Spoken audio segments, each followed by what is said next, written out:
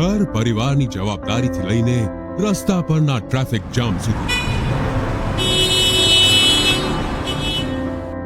ઇમરજન્સીથી લઈને બંદોબસ્ત સુધી, ફરજના દરેક તબક્કે સશક્ત અને મજબૂત રીતે ફરજ નિભાવતી ગુજરાત ટ્રાફિક પોલીસની નારી શક્તિને 100 સલામ. સવારના સમયે ડ્યુટી માટે નીકળતી આ નારીના જુસ્સા અને સેવા નિષ્ઠાથી મળે છે ટ્રાફિક જામમાંથી મુક્તિ.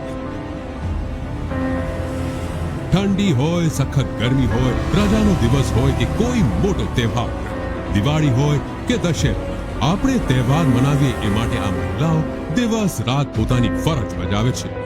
સતત અને સખત ખડે પગે રહીને આપણો રસ્તો ટ્રાફિક મુક્ત કરી સાચી રાહ બતાવે છે. ધુમાડા અને વાહનના સતત હોર્ન વચ્ચે રહેવું એ કોઈ સરળ કામ નથી અને એટલા માટે જ આ શક્તિને છે 100 સલામ. ગુજરાત પોલીસ પરિવાર તરફથી આંતરરાષ્ટ્રીય મહિલા દિવસની આપ સૌને હાર્દિક શુભેચ્છા. મહિલા દિવસ નિમિત્તે હું ટ્રાફિક પોલીસમાં ફરજ બજાવતી મહિલાઓને હાર્દિક શુભકામના આપું છું. આજે એ લોકો ઘરની જવાબદારીના સાથે સમાજમાં જે એમની જવાબદારી છે એ પણ ખૂબ સારી રીતે નિભાવે છે. એમના લીધે અમને ખૂબ સુરક્ષિત અનુભવ થાય છે. રાત્રે પણ ક્યાંય બહાર નીકળવું એકલા તો જરા પણ ડર લાગતો નથી. અમે બિંદાસ જઈ શકીએ છીએ બહાર. જે સુરક્ષા, જે બીજા મહિલા લોકોને જે કમ્ફર્ટ લેવલ જે રોડ રસ્તા ઉપરનું એ લોકો કર્યા પછી પણ એ લોકોનું આટલું દાયિત્વ ખંડનીય છે.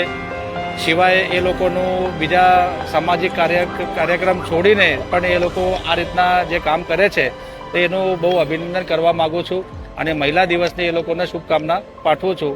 ગુજરાત પોલીસમાં કાર્યરત મહિલા પોલીસ કર્મીઓ રાજ્યમાં યશોદાયી અને પ્રેરણાદાયી ઉદાહરણ પ્રસ્તુત કરી રહી છે અને આપણું સમર્પણ, શૌર્ય અને ઊર્જા गुजरात पुलिस की गरिमा है.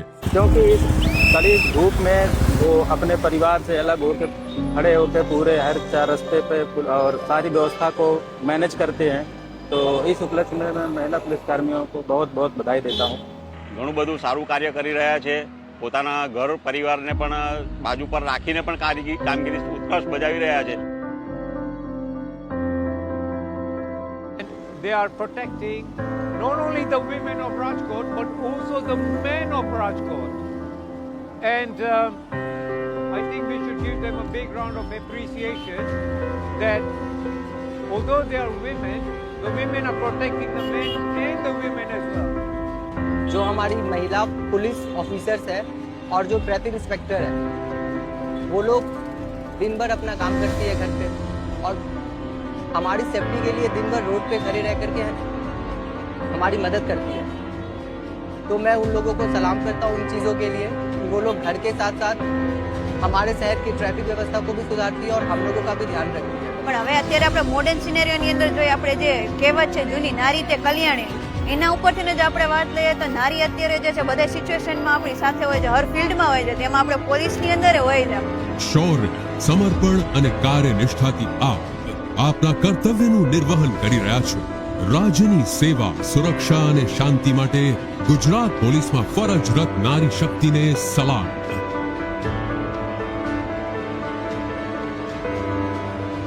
આજે આંતરરાષ્ટ્રીય મહિલા દિવસ છે, તેથી કરીને અમારા ગુજરાત સરકારના પોલીસ ખાતામાં જે મહિલાઓ ફરજ બજાવી રહી છે, જે અધિકારીઓ ફરજ બજાવે તેમને હું અભિનંદન આપું છું. એમાં ખાસ કરીને અમદાવાદ, સુરત, રાજકોટ અને વડોદરા ખાતે મહિલા ડીસીપી ટ્રાફિક તરીકે ફરજ બજાવે છે, જે ખૂબ પ્રશંસનીય છે, અભિનંદન પાત્ર છે. અને 4 મહિલા ડીસીપી ઉપરાંત સ્ટેટ ટ્રાફિક બ્રાન્ચમાં પણ એક મહિલા અધિકારી ફરજ બજાવે છે. ત્યારે આ મહિલા અધિકારીઓને એમની ટ્રાફિકની કામગીરી માટે અને તમામ આખી ટીમને મહિલા દિન નિમિત્તે ખૂબ ખૂબ અભિનંદન પાઠવું છું.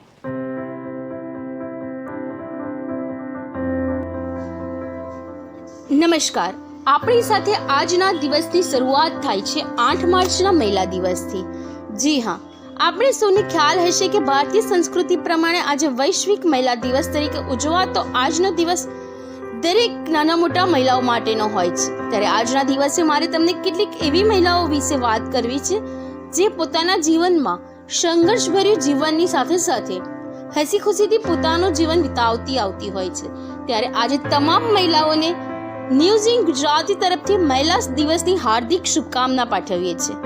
કહેવાય છે કે સ્ત્રી એટલે મેઘધનુષમાંનો એક રંગ, સ્ત્રી એટલે આથમતા સૂરજની લાલાશ, સ્ત્રી એટલે ઉગતા સૂરજનું કિરણ, સ્ત્રી એટલે પાનખર ઋતુની એવી વૈભવતા.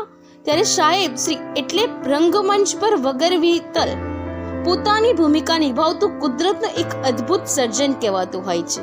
ત્યારે આજે હું તો ત્યાં સુધી કહું છું કે 365 દિવસ અને 24/7 એવી કઈ ક્ષણ છે કે ઘરના સભ્ય મહિલા વિના ચલાવી શકે. ઘર અને બહારના કામો હસ્તે મોઢે અને કશે ફરિયાદ વગર કરનારી એક એવી વ્યક્તિ છે એ જેને કદાચ પોતાની પસંદ નાપસંદ કે ગમા અણગમાની કોઈ પરવા નથી. તેને સર્વસ્વ સમર્પિત કરી દીધું છે પોતાના પરિવાર માટે. લગ્ન પછી એક દીકરી મમ્મી આજે જમવામાં શું બનાવ્યું છે ના બદલે મમ્મી આજે જમવામાં શું બનાવવું છે એમ પૂછતી થઈ જાય છે. આ છે સ્ત્રી શક્તિ. મારે એક દીકરી, પત્ની અને મા હોવાની સાથોસાથ એક સ્ત્રી હોવાને લીધે એ જ અભિલાષા છે અને રહેશે કે માત્ર વિશ્વ મહિલા દિનને દિવસે જ નહીં પણ હંમેશા સ્ત્રીઓનું સન્માન કરો. એ છે તો સમાજ છે, નથી તો સમાજ ક્યાંયનો નથી. ઉત્તર ગુજરાતના એક નાનકડા ગામમાં એક સામાન્ય ખેડૂતના ઘરે આજથી 35 વર્ષ પહેલા દીકરીનો જન્મ થાય છે.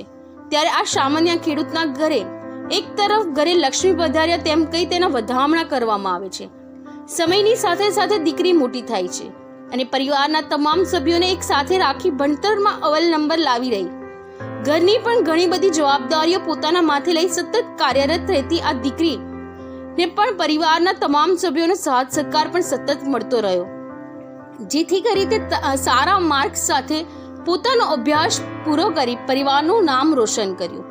દીકરી ટાટની પરીક્ષા અવ્વલ નંબર સાથે પાસ કરી પોતાના જીવનમાં સતત આગળ વધતી રહી અને પોતાનું ઘડતર જેમ તેના માતા પિતા અને પરિવાર દ્વારા કરવામાં આવે તેમ અન્ય બાળકોને આવું પોતે ઘડતર અને ભણતર આપી શકે. તેના કારણે પોતાને શૈક્ષણિક કાર્યમાં જોડ્યા અને અહીંયાથી શરૂઆત થાય છે એક મહિલાના સંઘર્ષની.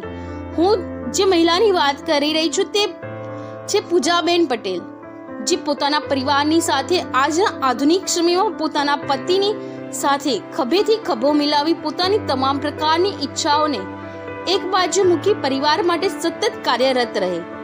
તેની સવાર 5 વાગે પડે છે. ઘરના નાના મોટા કામ પતાવી તે પોતાના કાર્યક્ષેત્ર એટલે કે સ્કૂલ તરફ પ્રયાણ કરે છે. ત્યાં અનેક બાળકોને પોતાના બાળકો સમજી તેમના ભણતર અને ગણતરની જવાબદારી નિભાવી સ્કૂલથી બપોરે 12:50 નીકળીને 1 વાગ્યાથી ટ્યુશન આપવા જવાનું અને આ કાર્ય સાંજના 4:30 વાગ્યા સુધી ચાલુ રહે છે. ત્યારબાદ સવારના 6:30 વાગ્યાથી પોતાના ઘરેથી જવાબદારી સાથે રમવા નીકળેલ દીકરી પોતાની વહાલી દીકરી જે જોડ્યા છે તેને મળવા 4:45 કલાકે ઘરે પહોંચે છે અને થોડો આરામ કરી ફરી પછી ઘરકામમાં લાગી જાય છે અને ક્યારે રાત પડી જાય છે તેની ખબર પણ નથી પડતી. આ ઘરની તમામ પ્રક્રિયા પૂર્ણ કરતા લગભગ 10 વાગી જાય છે.